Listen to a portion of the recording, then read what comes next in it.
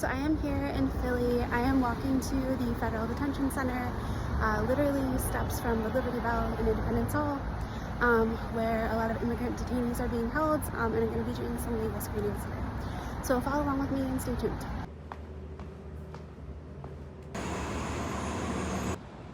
So I just got done meeting with a client for a couple of hours. I feel like I kind of need to go stare at a wall now for a little bit, but I will update more.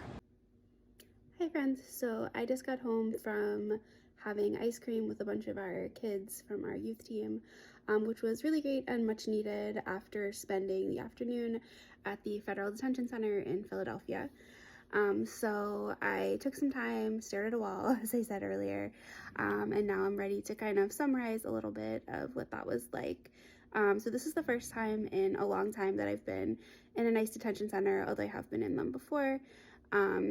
And it definitely is an intimidating experience, and just like going in there with the knowledge that I get to leave, like I'm gonna leave, a free person regardless, and like feeling the injustice of, the amazing client that I'm talking to who I know is gonna stay there, in a jumpsuit in these terrible conditions with these like bright lights, and just the whole experience of, being a prisoner for an immigration violation for just not having the right paperwork. It's just always mind-blowing to me when I really like stop and think about it.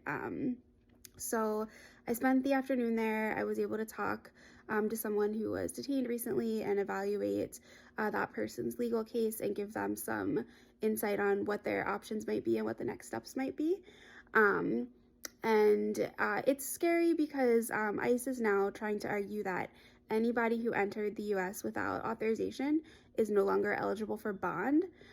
So what this will likely end up meaning is that lots of people end up stuck in ICE detention when they could very well be, back with their families, living their lives as productive members of society, while, waiting for their court date. Now they're going to be locked up in jail, waiting for a court date. And, even though the hearings do happen a little bit quicker in detention, especially if you get into appeals, it can take years, right, for a case to be resolved. And a lot of people end up giving up and choosing not to keep fighting their cases, even if they have a really good case, because they just don't want to be in detention anymore, right? So that's something really disheartening that's going on in addition to the increased ICE enforcement. And so I think, for me, it was